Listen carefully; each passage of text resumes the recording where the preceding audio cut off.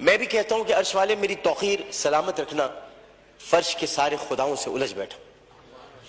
میں صرف اتنا بتانا چاہتا ہوں کہ بہت پہلے کی بات ہے، اب وہاں پر جبل عمر ہے، اور جبل عمر پر وہاں اب ایک ہوٹل تعمیر ہو رہا ہے، سعودی عرب کا وہ علاقہ ہے۔ ایک آدمی رسول کریم صلی اللہ علیہ وآلہ وسلم کے پاس آیا، اس نے آ کر کہا کہ یا رسول اللہ مجھ سے بہت بڑا گناہ ہو گیا۔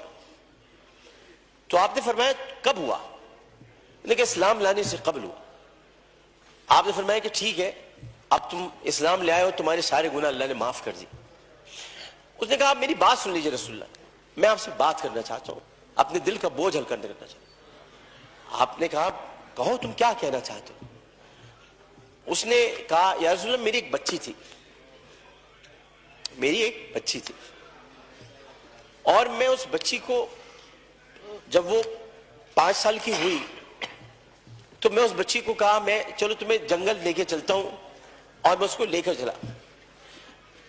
جناب اسپیکر توجہ چاہوں گا، میں اس کو جنگل لے کر چلا۔ اب میں اس لیے لے کر چلا کیونکہ میری عزت پر حرف آ رہا تھا کہ میرے گھر بچی کیوں پیدا ہوئی۔ نبی کریم بہت غور سے سن رہے تھے، صحیح بخاری اور صحیح مسلم میں اس حدیث کو بیان کیا، ترمذی شریف میں بہت تفصیل کے ساتھ۔ تو انہوں نے بہت توجہ سے سنا اور آپ کہنے لگا میں جنگل میں لے کے گیا، پھر میں نے گڑھا کھودا۔ گڑھا کھودنے کے بعد میں نے بچی سے کہا اس میں لیٹ جاؤ۔ اچھا جب میں گڑھا کھود رہا تھا تو یا رسول اللہ مجھے ایک بات یاد آئی کہ وہ کھودتے کھودتے مجھے پسینہ آنے لگا، تو اس نے اپنے چھوٹی سی چادر سے میرا پسینہ بھی صاف کیا، اور اس کے بعد میں نے اس بچی کو گڑھے میں ڈال دیا، اور پھر میں نے مٹی ڈالی تو عربی میں اسے مجھ سے کہا، ترجمہ آپ کے سامنے پیش کروں، بابا میں مر جاؤں گی بابا، اور میں نے اس کو مار دیا۔ بہت دیر تک خاموشی حجر رسول میں رہی۔ اس نے دیکھا تو رسول کریم صلی اللہ علیہ وسلم رو رہے تھے، خاتم النبیین، سید المرسلین، شفیع المذنبین، انیس الغریبین، رحمت للعالمین، راحت العاشقین، مراد المشتاقین، شمس العارفین، سراج السالکین، مصباح المقربین، محب الفقراء والغرباء والیتام والمساکین۔ ہمیں سکھاتے ہو، ہم تو ختم نبوت کے محافظ، ہمیں سکھاتے ہو، سید الثقلین، نبی الحرمین، امام القبلتین، وسیلتنا فی الدارین، صاحب قاب قوسین، محبوب رب المشرقین ورب المغربین، جد الحسن والحسین، مولانا مولا الثقلین، ابی القاسم محمد بن عبداللہ۔ پر درمیان میں نہ بولو، حدیث کے درمیان نہیں بولو۔ اس کے بعد نبی کریم صلی اللہ علیہ وسلم نے یہ کیا کہ ان کے زار و قطار آنسو بہنے لگے، اور انہوں نے کہا کہ قسم اس پروردگار کی جس کے قبضے میں محمد کی جان ہے صلی اللہ علیہ وسلم، اگر تو اسلام نہ لاتا تو میں تجھے سر عام سب کے سامنے تیری گردن اڑاتا۔ یعنی مطلب یہ ہوا کہ نبی کریم نے بہت پہلے بتا دیا تھا کہ بچیوں کے ساتھ ظلم کرنے والوں کو سر عام ان کی گردن کاٹی جائے گی۔ یہ اصول متعین کر دیا تھا محمد مصطفیٰ، یہ سزا متعین کر دی۔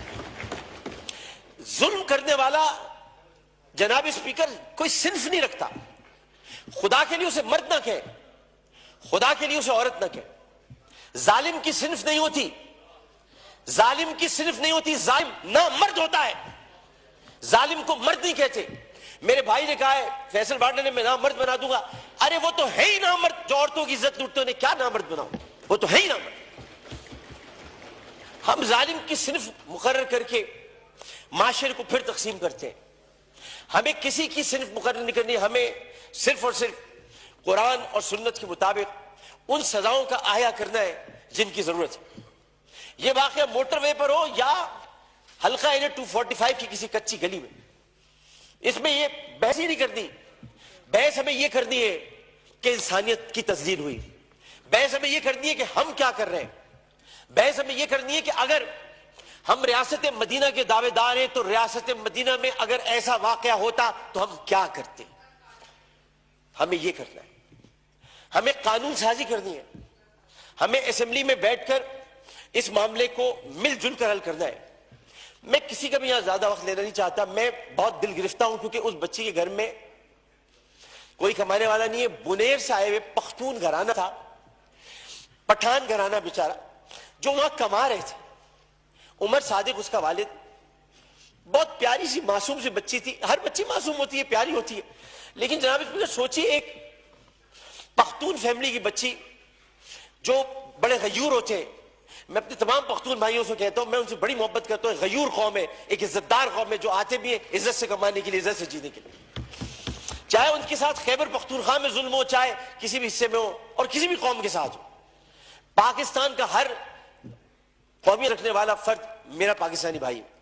اور میں یہ کہتا ہوں کہ وہ بچی ایک دن جب اس کمرے میں رات بھر اس کو بند کر کے رکھا گیا ہوگا, اور پھر اس کو درندگی کے ساتھ اس کی عصمت دری کرنے کے بعد اس کو جب زندہ جلایا ہوگا, تو کتنی تکلیف ہوئی ہوگی اس معصوم سی بچی مروہ کو. جبکہ قرآن کہتا ہے ان الصفا والمروہ من شعائر اللہ.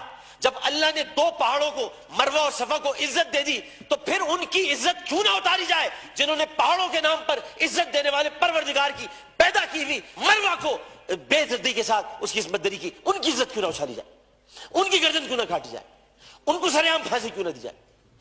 جناب اسپیکر, میں آپ سے صرف یہ بات کہنا چاہتا ہوں. میں شکریہ ادا کرتا ہوں اپوزیشن بینچز کا بھی, میں شکریہ ادا کرتا ہوں اپنی پارٹی کا بھی, میں سب کا شکریہ ادا کرتا ہوں کہ جو اس وقت اس درد کو سمجھ رہے ہیں, جو درد کو سمجھ کر بات کر رہے ہیں, اور جو نہیں چاہتے کہ اس وقت سیاست ہو. ہم میں سے کوئی نہیں چاہتا, اور جو ان باتوں پر سیاست کرے گا معذرت کے ساتھ, پھر وہ سیاست کر رہا ہے, عبادت نہیں کر رہا. وہ عبادت نہیں کر رہا. یہ اس وقت عبادت کا مرحلہ ہے, اور عبادت صرف 5 وقت پروردگار کے سامنے سر جھکانے کا نام نہیں ہے. عبادت ظالم و جابر حاکم کے سامنے کلمہ حق کہنا بھی ہے, اور عبادت اپنی جگہ پر رہتے ہوئے جب اللہ تعالیٰ نے قوت گویائی عطا کیے, اور 5 سوالات جب حشر میں کیے جائیں گے, کہاں سے کمایا تھا, کیسے کمایا تھا, جوانی کہاں گزاری, بولنے کا علم دیا تو بولے کہ نہیں بولے, ما کنت تقول فی ھذا الرجل, اس رسول کے بارے میں تمہارا کیا خیال ہے, کیا جانتے ہو, اس وقت ہماری زبانیں گنگ ہو کر نہ رہ جائیں.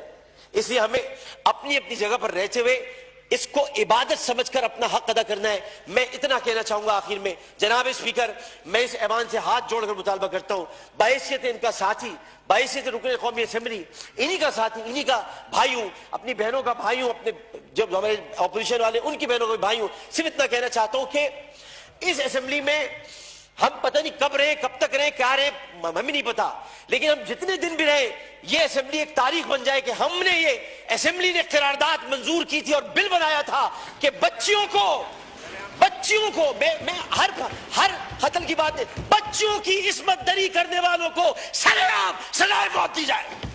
شکریہ جناب.